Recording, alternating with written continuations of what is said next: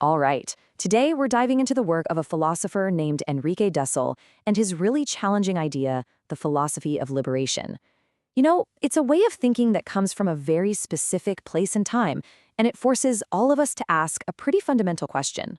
I mean, what is philosophy for? Is it just some abstract exercise for university classrooms? A mental puzzle for academics that's totally disconnected from the real world? Or could it be something more? Something practical, urgent, maybe even a little dangerous? Well, Dussel's work definitely argues for that second one. Okay, so let's unpack this a bit. For Dussel, and this is the key, philosophy is never neutral. It's not just some abstract search for the truth. No. He says it's a tool, maybe even a weapon, that always serves the real-world interests of a certain group of people. It basically does one of two things. It either justifies the way things are, or it works to liberate the people who are being oppressed. And this whole conflict, it has a very clear starting point in history. So, we're going to have to travel back in time for this one, because the philosophy of liberation, it doesn't start in a quiet lecture hall. Oh no, it starts right on the battlefield, during the Spanish conquest of the Americas. So, when Europeans arrived in the Americas in 1492, and it's important to note, Dussel calls this an invasion. They didn't just bring soldiers and ships, they brought a massive philosophical crisis with them.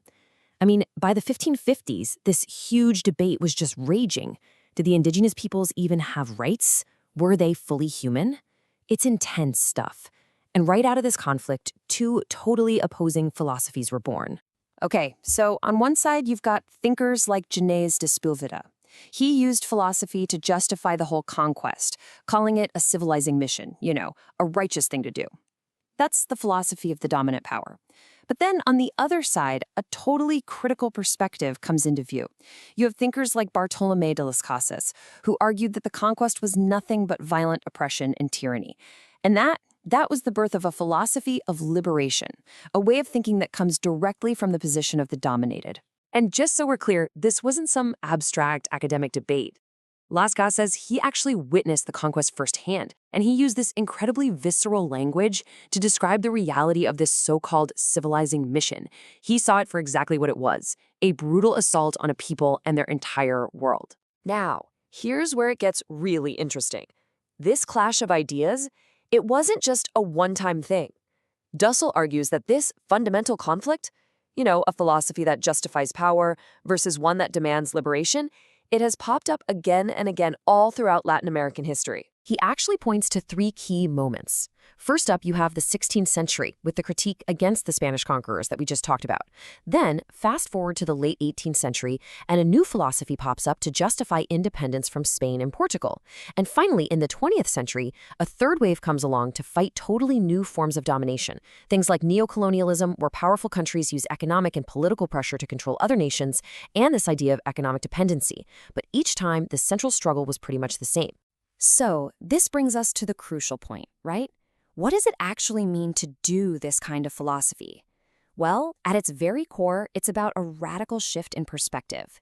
It's about learning to see the world through someone else's eyes, specifically the eyes of the oppressed. Okay, let's go back to 1492 for a second. From the traditional European point of view, we always hear it framed as a discovery, right? But there's another thinker, Edmundo O'Gorman, who suggests a different word, a word that he thinks gets much closer to the philosophical reality of what actually went down. He called it the invention of America. Now, the idea here is that Europe didn't just stumble upon a place that was already there. No, it conceptually created America by projecting its own worldview, its own categories, its own meaning onto this land. It basically turned the continent into an extension of its own world. Okay, but what happens if we stop looking from the deck of the ship, and instead we start looking from the shore? What if we try to adopt the perspective of the people who had been living on these lands for thousands of years? Well, from that point of view, 1492 wasn't a discovery. It wasn't an invention. It was an intrusion, a violent, unauthorized break-in to a world that already existed, a world that already had its own meaning, its own gods, its own history. It was the arrival of strangers who simply did not belong. I mean, listen to this quote from the Mayan book of Chilam Balam. "Ah, let us be sad because they came." That just captures the emotional truth of that perspective so perfectly. There's no sense of discovery or wonder in those words. It's just sorrow and this terrible feeling of what's about to happen. And this, right here, this is the core of liberation philosophy.